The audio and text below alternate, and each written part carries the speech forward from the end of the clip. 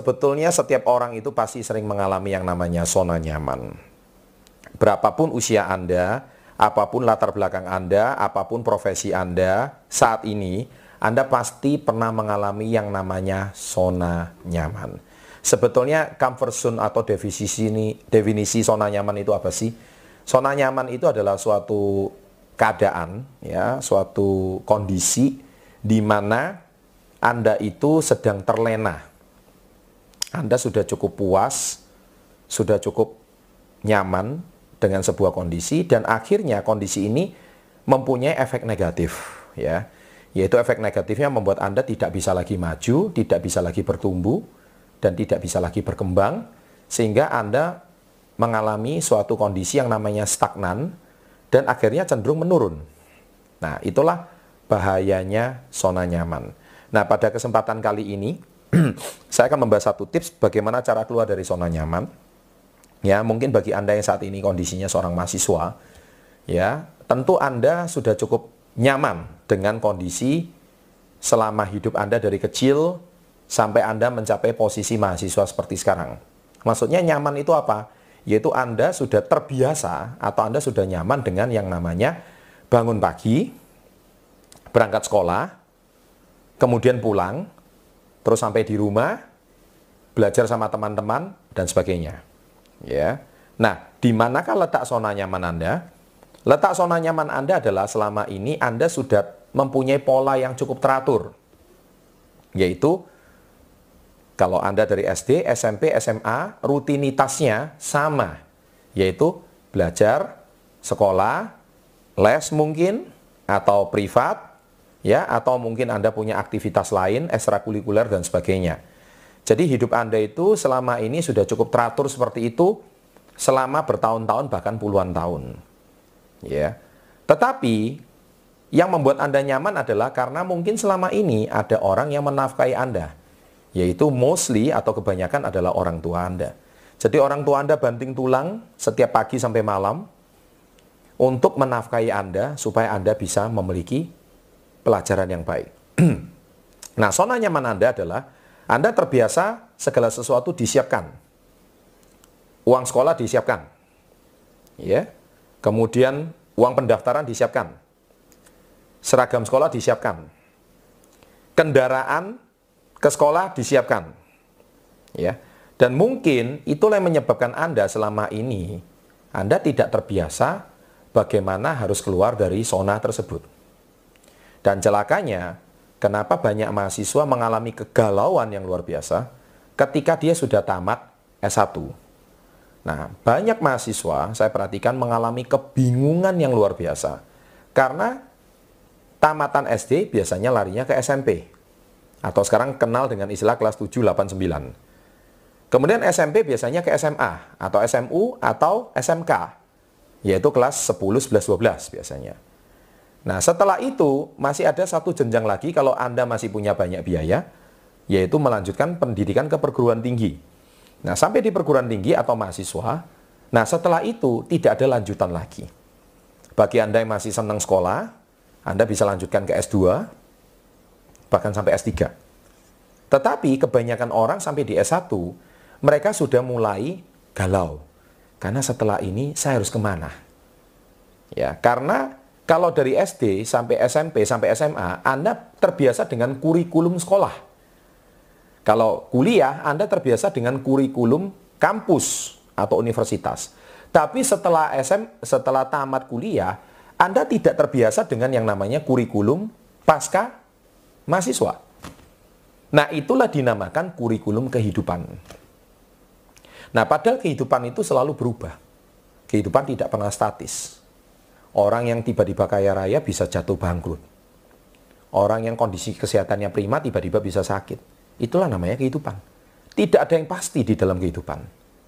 Ya, yang pasti adalah perubahan. Ya, yang pasti adalah perubahan. Saya ulangi sekali lagi, yang pasti adalah perubahan. Orang itu pasti menua. Dulunya pernah muda jadi tua. Orang itu pasti sakit kalau tidak kontrol makan dengan baik. Ya, tidak ada yang namanya sehat selamanya. Ya, orang itu pasti kondisi finansialnya tidak membaik kalau dia tidak lagi mau bekerja. itu sesuatu yang pasti adalah perubahan. Nah, kalau Anda tidak pernah menyadari hal ini, bahwa yang pasti adalah perubahan, maka Anda akan terlena di zona ini terus. Nah, oleh sebab itu, saya punya beberapa tips kepada Anda semua, bagaimana Anda bisa keluar dari zona nyaman tersebut. Ada 4. Yang pertama adalah, tolong Anda belajar hal-hal yang baru. Ya, jadi hidup Anda tuh jangan monoton. Anda jangan cuma berteman dengan itu-itu aja. Ya, setiap hari ke sekolah, ke kampus ya sama orang-orang itu aja. Oke? Yang itu kita sebut dengan teman dekat. Ya, percaya sama saya, kondisi finansial Anda 5 tahun ke depan tidak jauh berbeda dengan 5 orang terdekat Anda. 5 orang terdekat Anda ini kondisinya seperti apa, Anda tidak akan jauh berbeda dari mereka. Saya dulu juga punya teman baik, ya, bukan berarti saya ini meninggalkan mereka, tetapi saya tahu kalau saya mau maju, saya nggak bisa cukup berteman dengan mereka. Nah, seringkali anak-anak muda itu tidak bisa mengambil keputusan yang besar dalam hidupnya, yaitu kalau Anda mau maju, Anda harus meninggalkan lingkungan Anda sekarang. Leave your comfort zone right now. Kalau Anda tidak bisa meninggalkan comfort zone Anda saat ini, maka hidup Anda 5 tahun dari sekarang tidak jauh berbeda dari hari ini. Ya, oleh sebab itu yang pertama belajar hal yang baru. Ya, mungkin Anda saat ini yang rutinitas Anda belajar, Anda mungkin bisa mulai ikut seminar. Di situ Anda akan bertemu dengan orang-orang baru, teman-teman baru yang mau maju. Ya, Anda mungkin selama ini mungkin suka nonton channel apa? Mulailah belajar sesuatu yang baru. Channel yang mungkin selama ini tidak terbiasa Anda tonton. Tapi Anda mulai belajar tonton channel-channel yang bermanfaat untuk masa depan Anda. Nah, itu belajar sesuatu yang baru. Nah, yang kedua adalah, mari belajar untuk bertemu dengan orang-orang yang baru. Ya, dengan Anda bertemu dengan orang-orang yang baru, Anda akan mendapatkan wawasan baru. Biasanya kalau orang taunya seputar dunia olahraga, yang dibahas seputar dunia olahraga. Dia tidak tahu dunia otomotif. Kalau teman Anda berbicara dunia otomotif, seputar dunia otomotif saja yang dibahas. Dia tidak mungkin bicara dunia tekstil. Ya, kalau teman-teman Anda di dunia tekstil saja, dia tidak akan berbicara otomotif maupun olahraga.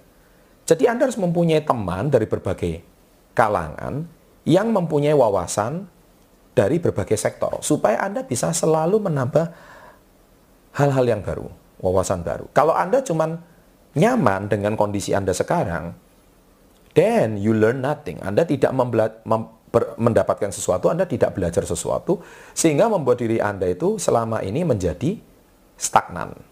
Ya, jadi menemukan hal-hal yang baru, orang-orang yang baru, itu akan membuka wawasan cakrawala berpikir Anda. Dan yang ketiga, nah ini yang paling penting, harus tetapkan target baru atau goals baru.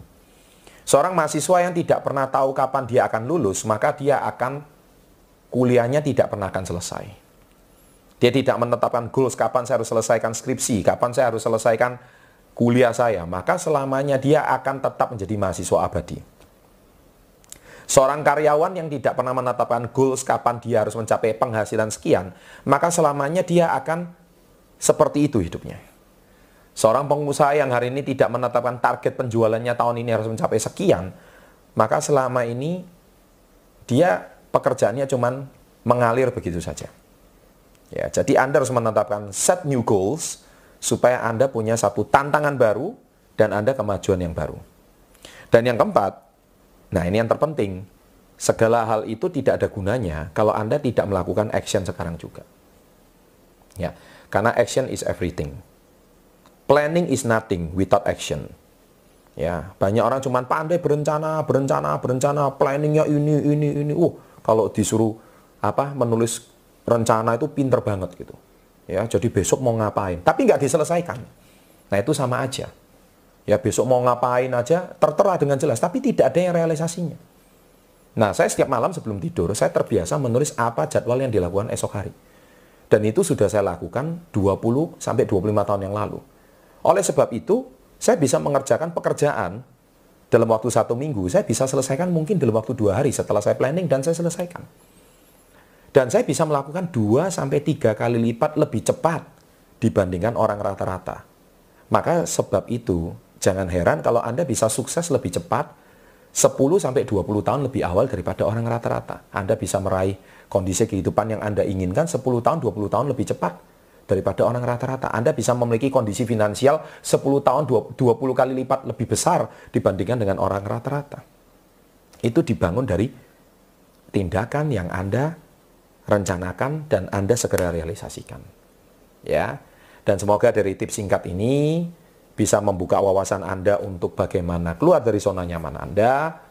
Dan saya percaya semoga apa yang disampaikan pada hari ini bisa memiliki manfaat dan tentunya bisa segera menjadikan tips bagi Anda untuk bisa keluar dari zona nyaman Anda sekarang.